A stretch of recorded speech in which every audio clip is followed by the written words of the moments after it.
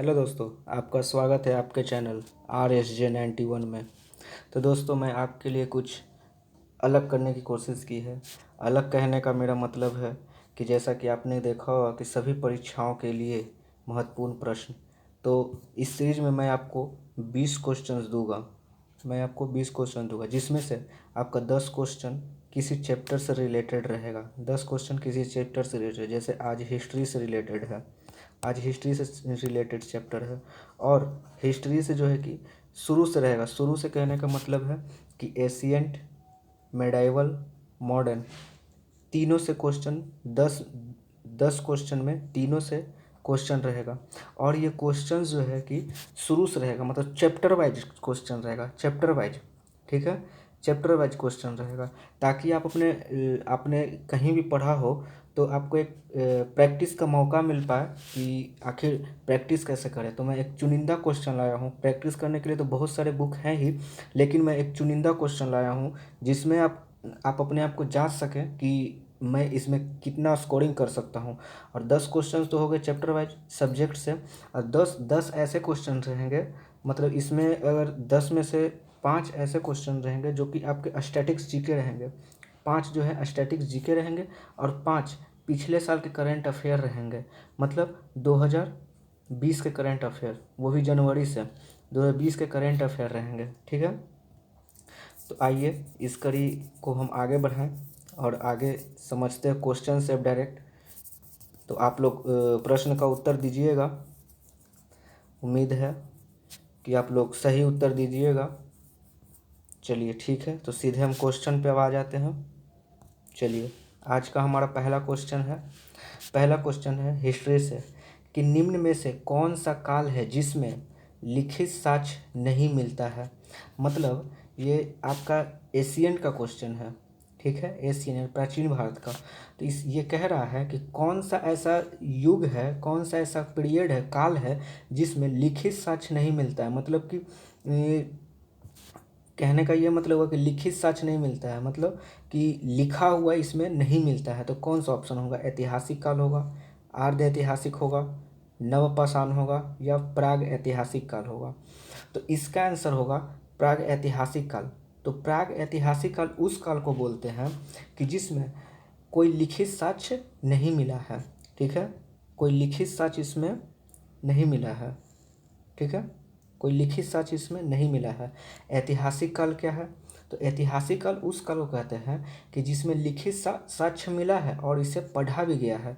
यानी कि मैं कह रहा हूँ कि इसमें लिखित साक्ष्य मिला है और पढ़ा भी गया, यानी ये दोनों में से कोई ना कोई ऐसा कोई ये रहा होगा, एरा रहा होगा। मतलब एरा कहने का मतलब है आपका काल रहा होगा कि जिसमें लिखित साक्ष्य मिला हो और नहीं पढ़ा होगा। हाँ, तो ऐसा काल है आर्ध ऐतिहासिक काल। आर्ध ऐतिहासिक काल उसे कहते हैं कि जिसमें लिखित साक्ष्य तो हमको मिला, लेकिन इसे पढ़ा नहीं गया है। और प्राग ऐतिहासिक काल में लिखित साक्ष्य मिला है और इसमें लिखित साक्ष्य नहीं मिला है। ऐतिहासिक काल में जो है लिखित साक्ष्य मिला है, पढ़ा भी गया है। और प्रागैतिहासिक काल में लिखित साक्ष्य मिला, लेकिन इसे पढ़ना संभव नहीं हो पाया कि क्या लिखा हुआ है। और नवपाषाण काल में हम लोग पहिया की खोज किए थे। ठीक है, चलिए ये क्वेश्चन आई होप कि आपको समझ में आया होगा। अब हम लोग दूसरा नंबर क्वेश्चन देखते हैं। दूसरा नंबर क्वेश्चन क्या है? 1883 ईस्वी में 1863 ईस्वी में रॉबर्ट ब्रूस फुट ने मद्रास के पास पल्लवम नामक स्थान से क्या प्राप्त किया था? ठीक है, तो ऑप्शन है कंकाल, तांबा, हैंड एक्स या चित्रशैली। तो पहले तो हम लोग ये जान लेते हैं कि ये रॉबर्ट ब्रूस फुट है कौन। तो रॉबर्ट ब्रूस फुट वो है जो कि प्राचीन भारत की खोज करता है, अर्थात ये भूगर्भ वैज्ञानिक है। क्या है? भूगर्भ वैज्ञानिक।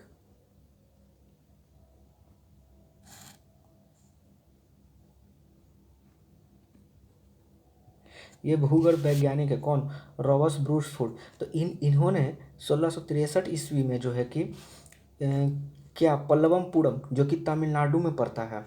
ठीक है, तो यहाँ से इनको क्या मिला था? तो हैंड एक्स मिला था, मतलब कुल्हाड़ी मिला था। ठीक है, तो क्वेश्चन आएगा कि रॉबर्ट ब्रूस फ्रूट कौन है, तो रॉबर्ट ब्रूस फ्रूट भूगर्भ वैज्ञानिक है, मतलब पुरातात्विक विभाग से संबंधित है। ठीक है, चलिए तो अब आ जाते हैं तीसरे नंबर क्वेश्चन में। तीसरे नंबर क्वेश्चन कह रहा है कि एक ही कब्र से 3 नर कंकाल निकले थे, मतलब कहाँ से, कहाँ से, दमदमा से कि महादहा से, सरायनगर राय से, या कोई नहीं। तो ये क्वेश्चन कह रहा है कि एक ही कब्र से, मतलब जो पहले के साक्ष्य तो ऐसे ही रहते थे कि कहाँ से कंकाल मिले हैं, कहाँ से क्या, जैसे अभी हम लोगों ने पढ़ा कि पल्लवमपुरम से हैंडेक्स मिले हैं। ठीक है, तो उसी तरह है कि एक ही कब्र से, मतलब एक ही कब्र में जो है कि तीन जो है नर कंकाल मिले, मतलब इसके साथ कोई मादा कंकाल नहीं है, या फिर कोई युगल नहीं। युगल उसे कहते हैं जो नर और मादा एक साथ हो, नर और मादा एक साथ हो, उसे कहते हैं युगल सावधान। ठीक है, तो यहाँ केवल नर की बात कह रही है, नर की बात कह रहा है। तो ये मिला है, कहाँ से मिला है, तो ये मिला है कहाँ से, ये मिला है दमदमा से, दमदमा से। ठीक है, ये दमदमा से मिला है। और ये जो तीनों हैं, तीनों ऑप्शन है, दमदमा है, सरायनगर राय है और महादहा है, तो ये तीनों जो है कि प्रतापगढ़ जिले में स्थित है। मतलब प्रतापगढ़ कहाँ पड़ता है, यूपी में, यूपी यानी उत्तर प्रदेश में प्रतापगढ़ जिले में ये तीनों स्थित है। और तीन तीन तीन नर कंकाल जो है कि दमदमा से मिला है। दमदमा से क्या मिला, 3 नर कंकाल मिला है, और इसी में जो है कि 5 युगल सावधान मिले हैं, मतलब 5 नर और नारी मिले हैं। नर और नारी का संगम भी ये दमदमा से ही मिला है, और यहाँ से केवल नर कंकाल भी मिले हैं। ठीक है, चलिए अब आ जाते हैं हम लोग फोर्थ नंबर क्वेश्चन में। फोर्थ नंबर क्वेश्चन में क्या कह रहा है, एक मिनट इसे मिटा देता हूँ। आइए चौथा नंबर क्वेश्चन में। चौथा नंबर क्वेश्चन क्या कह रहा है कि भारत पर पहला मुस्लिम आक्रमण 712 ईस्वी में अरब आक्रमणकारी के नेतृत्व में हुआ था। तो किसके नेतृत्व में हुआ था, तो ये हुआ था मोहम्मद बिन कासिम के नेतृत्व में 712 ईस्वी में। 712 ईस्वी में मोहम्मद बिन कासिम के नेतृत्व में भारत पर पहला आक्रमण हुआ था। और इसे जो है कि किसने भेजा था, मतलब कि आक्रमण कर, मतलब किस नेतृत्व में, तो मोहम्मद बिन कासिम कर रहा था, लेकिन इसे कौन नेतृत्व कर रहा था, मतलब इसे किसने भेजा था, तो इसे भेजा था हाकिम अल हज्जाज जो कि ईरान का है, क्योंकि ये लोग ईरान से ही आया था। तो ईरान के हाकिम अल हज्जाज के नेतृत्व में जो है कि अरबों का सिंध पर आक्रमण हुआ। और आक्रमण किसने किया था, तो मोहम्मद बिन कासिम ने किया था। ठीक है, मोहम्मद गजनवी जो है कि 1019 एक मिनट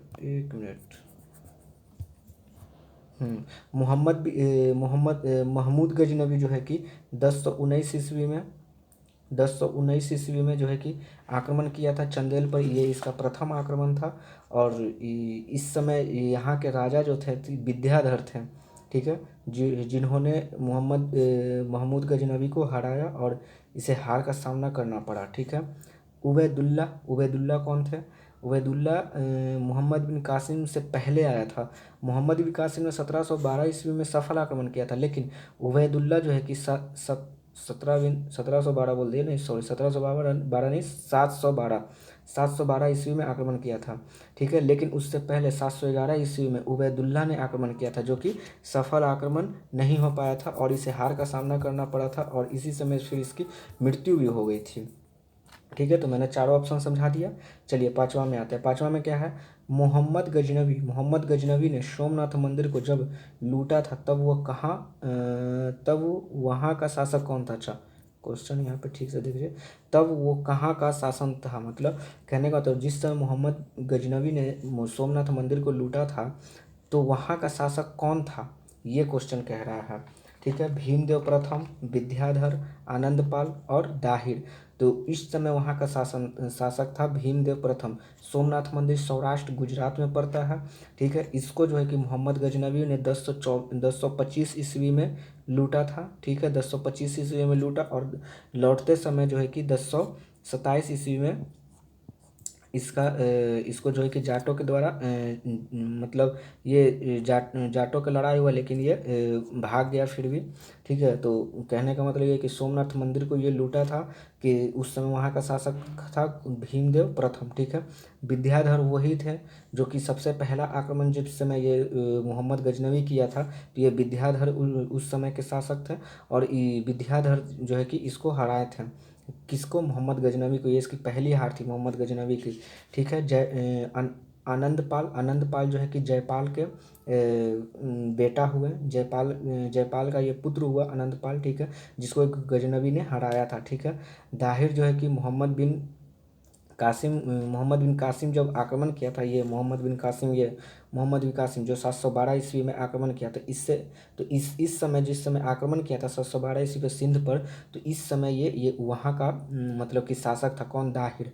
ठीक है, चलिए अब हम लोग छठा नंबर क्वेश्चन में आते हैं। छठा नंबर क्वेश्चन है, गजनवी का भारत पर आक्रमण करने का क्या उद्देश्य था? तो क्या उद्देश्य था इसका? गजनवी जो आक्रमण किया था, जो सोमनाथ मंदिर को लूटा था, तो इसका उद्देश्य क्या था? इसका उद्देश्य क्या था बताइए? इसका उद्देश्य था अस्थायी मुस्लिम शासक स्थापित करना, बी ऑप्शन है अपना प्रभुत्व जमाना, सी ऑप्शन है भारत में विख्यात होना, या डी ऑप्शन है लूटपाट करना। तो इसका उद्देश्य सिंपल सा था कि इसको लूटपाट करने में मजा आता था। ये जितना बार भी आक्रमण किया है तो लूटपाट, सोमनाथ मंदिर को भी इसने लूटा, और सोमनाथ मंदिर के साथ साथ इसने जो है कि हीरा जवाहरात जितना भी था सारा कुछ को लूटा। किसने? ये गजनवी ने। ठीक है, तो यही कह रहा है कि इसका उद्देश्य ना तो इसको अस्थायी मुस्लिम यहाँ पे स्थापित करना था, ना ही अपना प्रभुत्व जमाना था, और ना ही इसको विख्यात होना था। इसको केवल लूटना था यहाँ से, क्योंकि भारत को सोने की चिड़िया कहा जाता है, और ये लोग जो है कि यहाँ से लूट पूट के बहुत कुछ लेकर भी गया है। ठीक है, चलिए आइए सातवां नंबर क्वेश्चन है। सातवां नंबर क्वेश्चन है आपका कि निम्न में से कौन नीला जल योजना यानी ब्लू वाटर पॉलिसी से संबंधित है? मतलब ये ब्लू वाटर पॉलिसी को किसने लागू किया था? तो ये de Almeida, Albuquerque, Louis fourteen, या रॉबर्ट क्लाइव। तो ये जो है कि हमारे ये मॉडर्न हिस्ट्री में हम लोग पहुंच गए। मॉडर्न हिस्ट्री में पुर्तगाली से संबंधित है, क्योंकि आपको पता होगा कि अल्मीडा, अल्बुकर्क, लुई फोर्टीन और रॉबर्ट क्लाइव, ये दोनों तो गवर्नर हो गए पुर्तगाली के, और ये लुई फोर्टीन हो गए यहाँ के। लुई फोर्टीन आपका ये फ्रांस के। लुई फोर्टीन किसके हो गए? फ्रांस के हो गए। ठीक है, और रॉबर्ट क्लाइव तो आपका इंग्लैंडियन है ही। ठीक है, अंग्रेज है ही। तो देखिए, तो हाँ, तो क्वेश्चन है कि ब्लू वाटर पॉलिसी को किसने स्टार्ट किया था? ब्लू वाटर पॉलिसी मतलब इसको शांत जल की नीति कहते हैं। ठीक है, क्या कहते हैं? शांत। ओह अच्छा, क्वेश्चन में मिस्टेक हो गया, सॉरी। देखिए, यहाँ नीला नहीं होगा, यहाँ होगा शांत।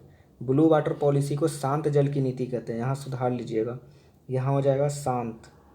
शांत जल की नीति। तो शांत जल की नीति को स्टार्ट किया था किसने? जो पुर्तगाली के पहले गवर्नर थे उन्होंने स्टार्ट किया था। पुर्तगाली के पहले गवर्नर कौन थे? Francisco de Almeida. ये अल्मीडा, द अल्मीडा लिखा हुआ तो ये फ्रांसिस्को द अल्मीडा है। क्या है? Francisco Francisco de Almeida. Francisco de Almeida जो है कि पुर्तगाली के पहले गवर्नर हुए, और इनका कार्यकाल रहा 1505 से लेकर 1509 ईस्वी। 1505 से लेकर 1509 इसका कार्यकाल रहा फ्रांसिसी द अल्मीडा का। इसे ही ब्लू वाटर पॉलिसी कहते हैं, शांत जल की नीति कहते हैं। मतलब शांत जल की नीति को इसने ही लागू किया था। ठीक है, दूसरा नंबर ऑप्शन में आ गया। दूसरा नंबर है अल्बुकर्क। अल्बुकर्क जो है कि ये पुर्तगाली के दूसरे नंबर के गवर्नर हुए। इनका कार्यकाल जो है कि 1509 से लेकर 1515 तक रहा। 1509 से 1500 तक ही 1515 तक रहा। ठीक है, इसको जो है अल्बुकर्क को, इसका पूरा नाम हुआ अल्फांसो द अल्बुकर्क। क्या नाम हुआ? Alfonso de Albuquerque. एक मिनट लिख देता हूँ। इसका पूरा नाम हुआ Alfonso de Albuquerque. Alfonso de Albuquerque. Alfonso de Albuquerque इसका पूरा नाम हुआ। इसका कार्यकाल हुआ 1509 से 1515, क्योंकि ये इसका क्या नाम है, फ्रांसीसी द अल्मेडा का कार्यकाल था 1505 से 1509, और जस्ट ईस्ट के बाद जो है कि अल्फांसो द अल्बुकर्क का हुआ 1509 से 1515 तक। इसको जो है फ्रांसीसी ये अल्फांसो द अल्बुकर्क को जो है कि वास्तविक संस्थापक माना जाता है। वास्तविक संस्थापक वास्तविक संस्थापक माना जाता है। पुर्तगाली का वास्तविक संस्थापक किसको माना जाता है? फ्रांसीसी द अल्बुकर्क को। ठीक है, इसी के समय जो है कि गोवा को जो है कि जीत लिया गया था 1510 ईस्वी में।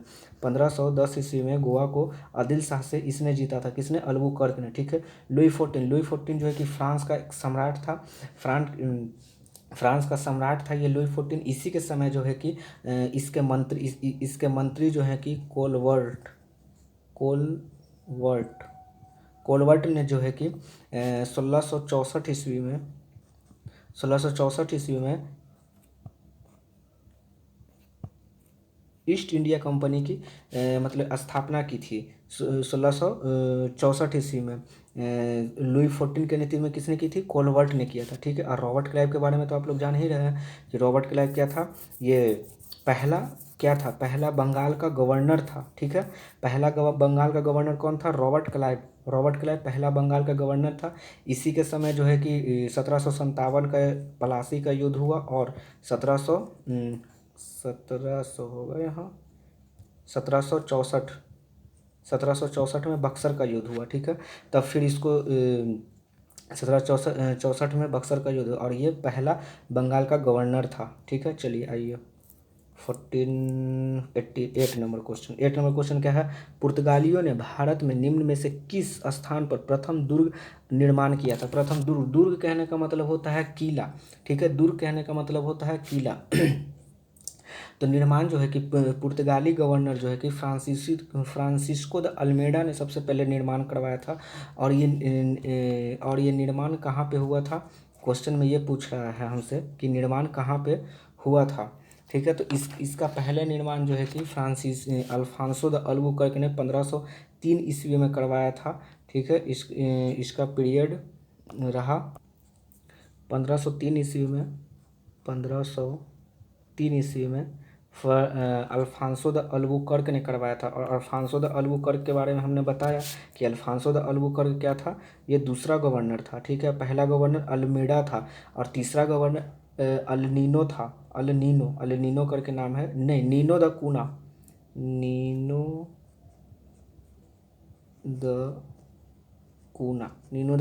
कूना करके नाम है तीसरा गवर्नर का। तो पहले हम लोग अल्मेडा को देख लिए, पहला गवर्नर हो गया, अल्बुकर्क दूसरा हो गया।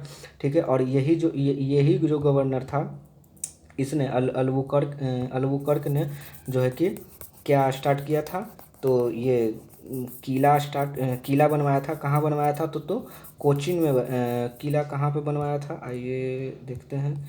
किला ये कोचीन में बनाया था। पहला किला जो है कि कोचीन में बनवाया था। ठीक है, कोचीन में बनवाया था। ठीक है, चलिए कलकत्ता का संस्थापक माना जाता है किसे? कलकत्ता का संस्थापक किसे माना जाता है? चार्ल्स आयर को, जॉब चार्नॉक को, गैरोल्ड आयंगर को, या डुप्ले को? तो देखिए कलकत्ता का वास्तविक संस्थापक जो है कि जॉब चार्नॉक को माना जाता है। और ये जो है कि जॉब चार्नॉक जो है कि कलकत्ता के संस्थापक के तौर पे माने जाते हैं। ठीक है, और इसने गोविंदपुर और सुतानुती कौन कौन गांव?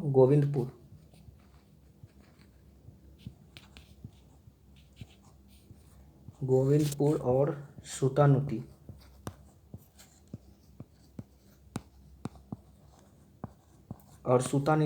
को संयुक्त रूप से मिलाकर जो है कि कलकत्ता की स्थापना की थी। ठीक है, गोविंदपुर और सुतानुती को मिलाकर कलकत्ता की स्थापना की थी। किसने? जॉब चार्नॉक ने। ठीक है, अब यहाँ पे जो फोर्ट बना तो फोर्ट विलियम यहाँ पे जो फोर्ट बना तो वो फोर्ट के पहले अध्यक्ष हम लोग के चार्ल्स आयर जो है उसके पहले अध्यक्ष हुए। और गैरोलियस आयंगर को जो है कि बम्बई का संस्थापक माना जाता है। और डुप्ले जो है कि क्या है? फ्रांसीसी गवर्नर है, जो कि सर्वाधिक लोकप्रिय गवर्नर हुए। फ्रांसीसी के गवर्नर कौन हुए? यहाँ पर डुप्ले हुए जो कि सर्वाधिक लोकप्रिय गवर्नर हुए, ठीक है। चलिए, डच ने अपनी, और ये ऐसे गवर्नर हुए कि जो कि भारत के राजनीतिक जो कि गतिविधियों में जो कि इन्वॉल्व होने लगे, मतलब हस्तक्षेप करने लगे, ये डुप्ले, ठीक है, फ्रांसीसी गवर्नर थे, ठीक है। चलिए, और 10वां नंबर क्वेश्चन, डच ने अपनी पहली फैक्ट्री कहाँ स्थापित की थी? डच ने पहली फैक्ट्री कहाँ स्थापित की थी? मछलीपट्टनम, कोचिन, हुगली, गोवा। तो डच ने अपनी पहली फैक्ट्री 1605 ईस्वी में मछलीपट्टनम अर्थात मछलीपट्टनम में स्थापित की थी, ठीक है। डच ने अपनी पहली फैक्ट्री मछलीपट्टनम, यानी कि मछलीपट्टनम इसको बोल सकते हैं, आंध्र प्रदेश में पड़ता है, में स्थापित की थी। चलिए, 11 नंबर क्वेश्चन देखते हैं। 11 नंबर क्या है? 4 जनवरी को कौन सा दिवस मनाया जाता है? हाँ, तो 4 जनवरी को हम लोग को क्या मनाया जाता है? लुइस ब्रेल दिवस। मतलब ये लुइस ब्रेल एक क्या है? तो एक दिव्यांग आदमी है, ठीक है। उनके ही जन्मदिन पर जो है कि लुइस ब्रेल दिवस मनाया जाता है, ठीक है। गुलाब दिवस जो कि फरवरी में मनाते हैं, 12 फरवरी को गुलाब दिवस मनाया जाता है। थल सेना दिवस जो है कि 15 जनवरी को मनाया जाता है। और कुष्ठ निवारण दिवस जो है कि 30 जनवरी को मनाया जाता है, ठीक है। चलिए, जंतर मंतर का निर्माण किसने करवाया था? जंतर मंतर का निर्माण किसने किया था? सवाई राजा जयसिंह, महाराणा प्रताप, बाबर या रानी छत्रपाल। तो देखिए,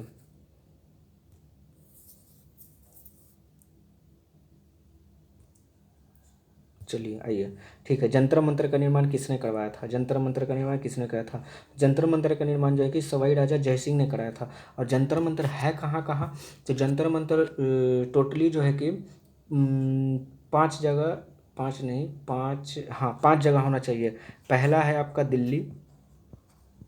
पहला दिल्ली, दूसरा जयपुर, तीसरा उज्जैन, तीसरा है उज्जैन, और चौथा वाराणसी,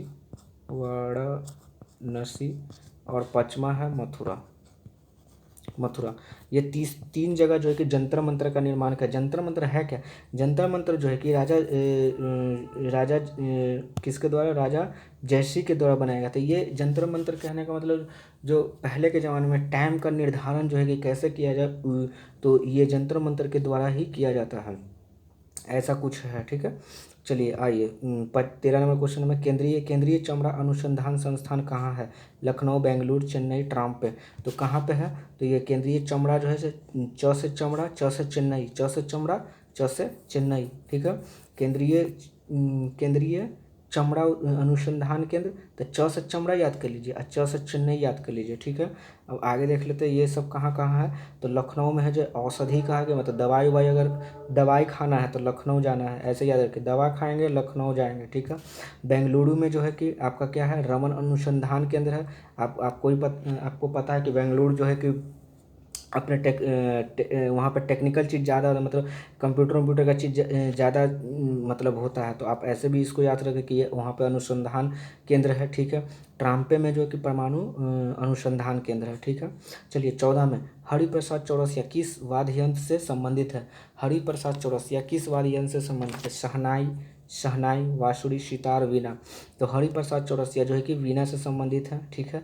शहनाई का आपका हो गया विश्वमल्ला का, सितार हो गया पंडित रविशंकर, बीना हो गया आपका कल्याण कृष्ण भागवतार, ठीक है।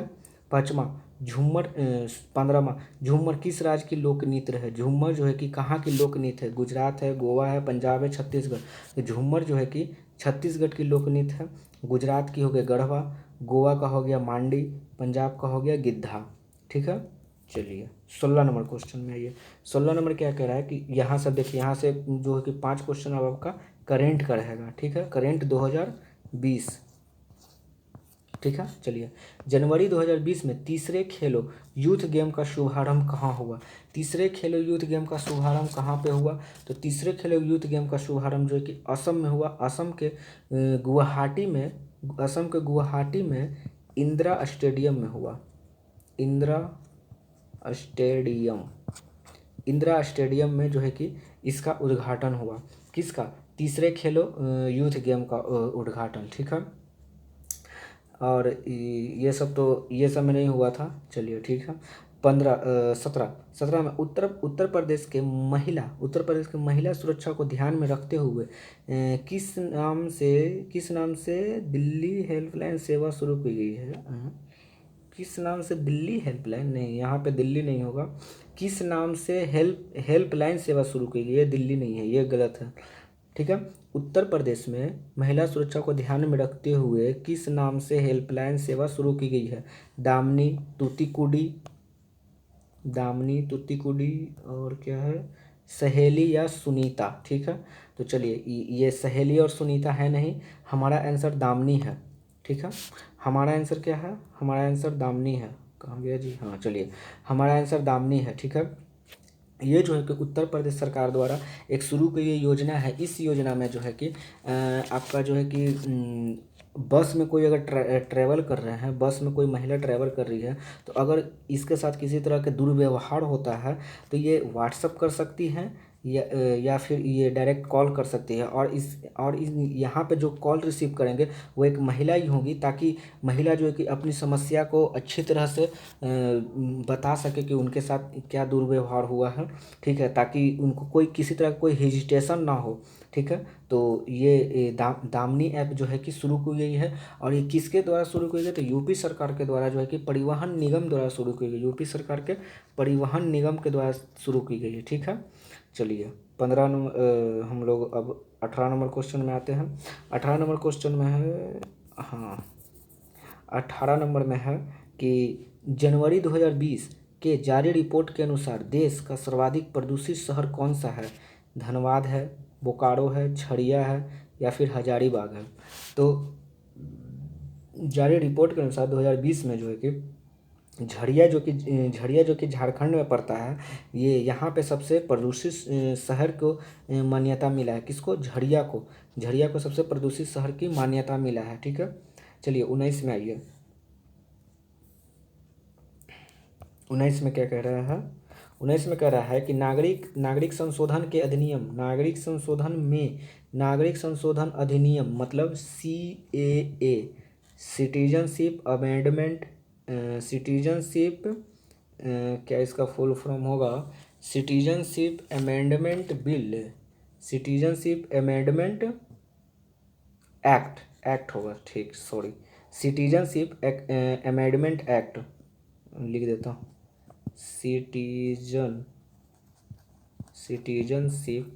अमेंडमेंट